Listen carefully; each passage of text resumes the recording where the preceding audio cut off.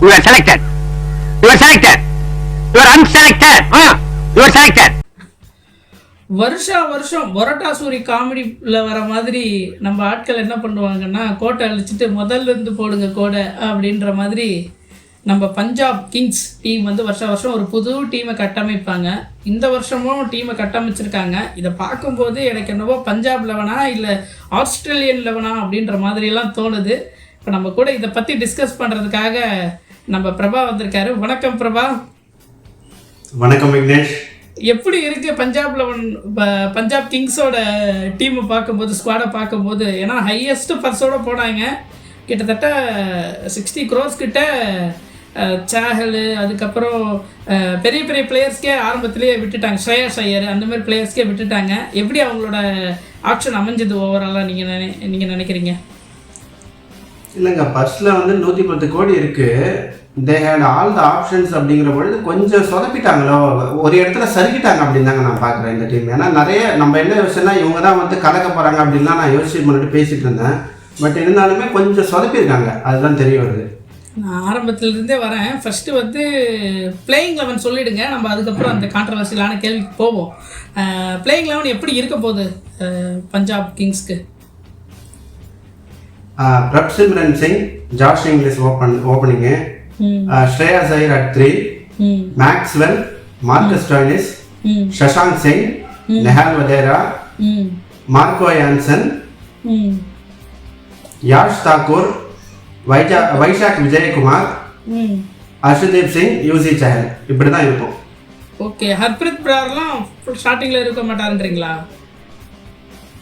இல்லைங்க, அவர் இம்பாக்ட் சப்போ தான் யூஸ் பண்ணுவாங்கன்னு நான் நினைக்கிறேன். ஏன்னா இந்த முறை வந்துட்டு உங்களுக்கு பிளேயர்ஸ் நிறைய பேர் இருக்கிறதுனால அந்த பிச்சுக்கு ஏற்ற மாதிரி தான் சூஸ் பண்ணுவாங்கன்னு நான் நம்புகிறேன். ஓகே, நான் ஃபஸ்ட்டு இதுலேருந்து ஆரம்பிக்கிறேன். ஃபஸ்ட்டு வந்து பார்த்தீங்கன்னா ஸ்ரேயாஸ் ஐயர் கிட்டத்தட்ட 26.5 கோடிக்கு போயிருக்காரு. கேப்டன்சிக்காக இவ்வளோ ப்ரைஸ்டா? அது என்னால் நினச்சி கூட பார்க்க முடியல. என்ன நினைக்கிறீங்க? அவர் ஃபார்மும் பெரிய ஃபார்மில் கிடையாது, நேஷ்னல் டீமில் கிடையாது. இப்போ லாஸ்ட் டைம் நல்ல கேப்டன்சி பண்ணார். பட் அதுக்கு பின்னாடி வந்து பார்த்திங்கன்னா கௌதம் கம்பீர், அதுக்கப்புறம் நாயர், அவங்களாம் இருந்தாங்க கேகேஆரில். பட் இங்கே வந்து எப்படி இவ்வளோ பெரிய அமௌண்ட்டுக்கு போவார்னு எதிர்பார்த்தீங்களா முதல்ல? இல்லை, நம்ம வந்து ஒன்று ரிஷப் பண்ணிட்டு ஸ்ரேயாஸ் ஐயருக்கு போவாங்க அப்படிங்கிறது தெளிவாகவே தெரிஞ்சுது, நம்ம முன்னாடியே பேசியிருந்தோம். ஸோ 26 கோடிங்கிறது கொஞ்சம் ஜாஸ்தி தான் உண்மையிலே. கேப்டன்சி மெட்டீரியல் அப்படின்னாலுமே கூட அவ்வளோ பணம் ஒர்த்தா அப்படின்னு நம்ம அவங்கள தாங்க கேட்கணும். அடுத்து வந்து பார்த்திங்கன்னா ரிஷப் பந்துக்கு போக மாட்டாங்கன்னு நிறைய கமெண்ட்ஸ் வந்துருந்துச்சு. ஏன்னு பார்த்தீங்கன்னா ரிக்கி பாயிண்டிங்க்கும் ரிஷப் பந்தருக்கும் சரியாக கம்ராட்ரி இல்லை அப்படின்ற அரசியல் புறத்திலான கேள்விகள் லாஸ்ட் இயரே வந்து. ஸோ அதனால் இருக்கலாம். பட் அந்த அதர் சைடு எனக்கு தெரிஞ்சு Ricky Poynting and Shreyas Iyer அவங்களுக்குள்ள ஒரு ரிலேஷன்ஷிப் ரொம்ப ஸ்ட்ராங்காக இருக்குன்னு நினைக்கிறேன். ஏன்னா ஏற்கனவே டெல்லியில் இருந்தப்போ ஃபைனல்ஸ் வரைக்கும் போனாங்க இல்லையா? ஸோ அது ஒரு ரீசனாக இருக்கும்னு நான் நினைக்கிறேன். அடுத்து வந்து பார்த்திங்கன்னா இந்த டீமில் வந்து சிம்ரன் சிங், அதுக்கப்புறம் வந்து பார்த்திங்கன்னா இங்கிலீஷ், இவங்க 2 பேரையும் ஓப்பனர்ஸாக எடுப்பாங்க அப்படின்னு சொல்லிட்டு நீங்கள் சொன்னீங்க. பட் எனக்கு என்ன இதில் பிரச்சனையாக படுது அப்படி வந்து பார்த்திங்கன்னா, இங்கிலீஷ் வந்து ஒரு ப்ராப்பர் ஓப்பனராக முதல் கேள்வி. 2வது கேள்வி, பிரப்சிம்ரன் சிங் வந்து எல்லா பாலும் அடிக்கக்கூடியவர். இங்கிலீஷ்லேயும் similar kind of a batsman தான்.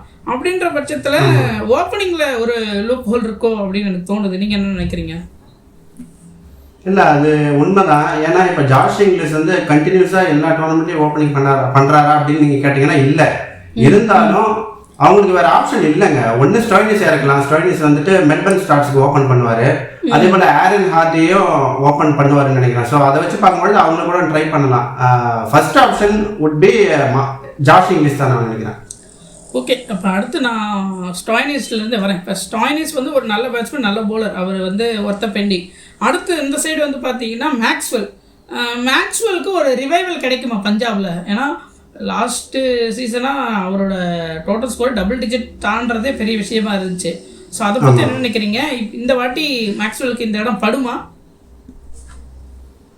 இல்லைங்க, இப்போ 2014 உங்களுக்கு ஞாபகம் இருக்குன்னு நினைக்கிறேன், சிஎஸ்கேக்கு எதிராக அபுதாபியில் 95 அடிச்சிருப்பாரு. அது ஒரு சீசன், அந்த மேக்ஸ்வெல் நம்ம பார்த்தோம். அதே போல் 2020 சீசனில் சிக்ஸரே அடிக்காத ஒரு மேக்ஸ்வெல்லை பார்த்தோம் பஞ்சாப்ல இருக்கும்பொழுது. அதுக்கப்புறம் ஆர்சிபிலேருந்து ஓரளவுக்கு பர்ஃபார்மன்ஸ் கொடுத்தாரு.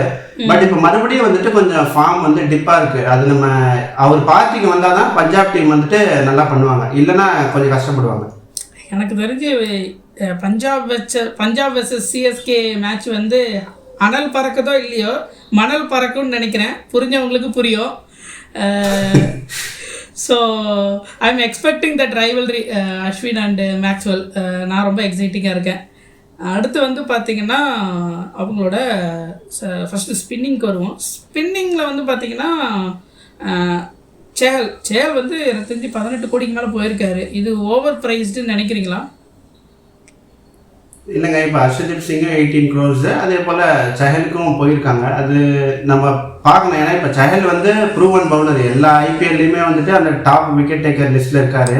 ஸோ அதனால உங்களுக்கு வேறு வழி இல்லை. எல்லா டீம்ஸும் போகும்போது நமக்கு ஒரு பிளேயர் வேணும்னாக்கா நம்ம போய் தான் ஆகணுன்ற மாதிரி தான் இவங்க எடுத்திருக்காங்கன்னு நான் நினைக்கிறேன்.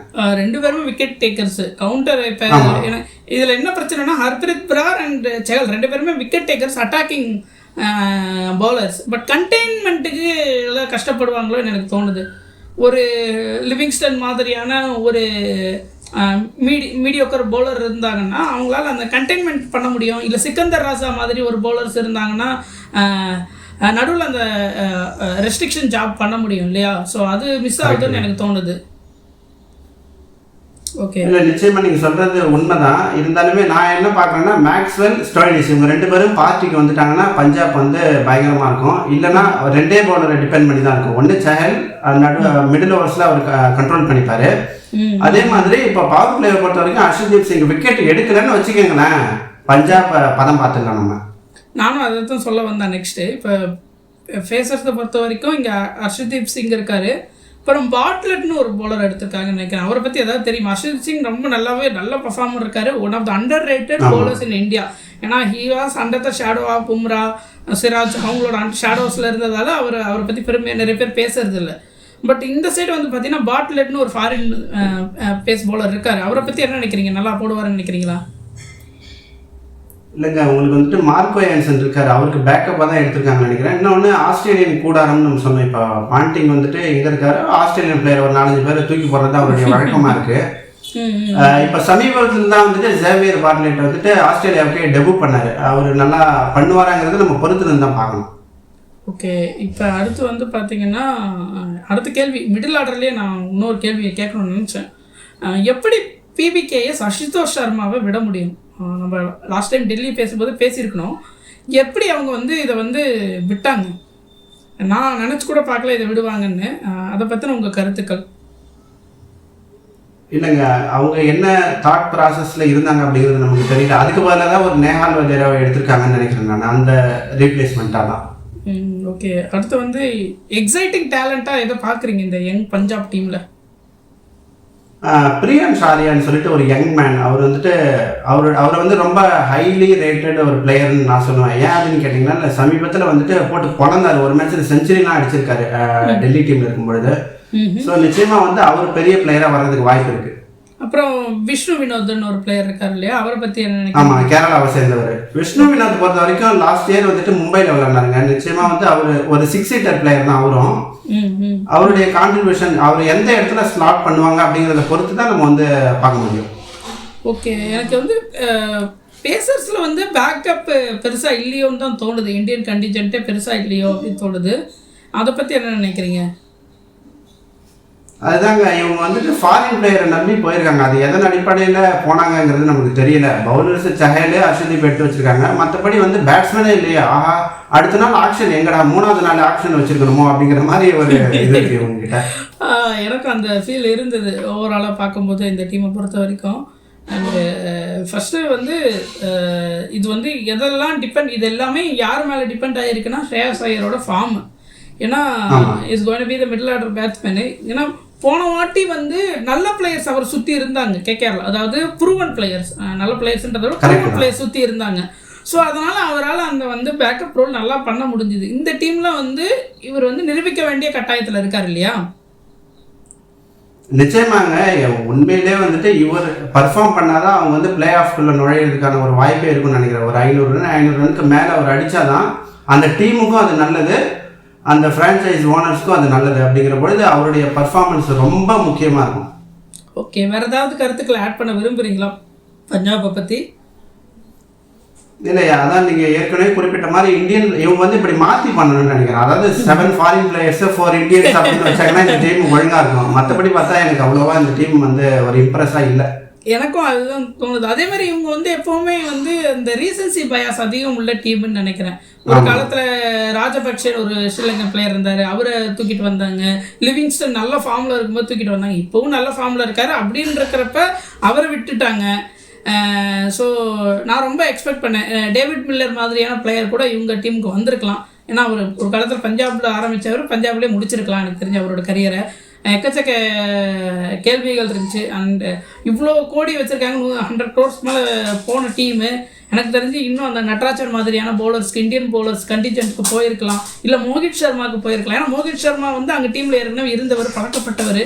ஸோ அந்த மாதிரி அவங்க நிறையவே ஹிட் அண்ட் மிஸ்ஸாக தான் எனக்கு படுது. பட் ஓவராலாக நீங்கள் எவ்வளோ மார்க் கொடுப்பீங்க பஞ்சாப்க்கு?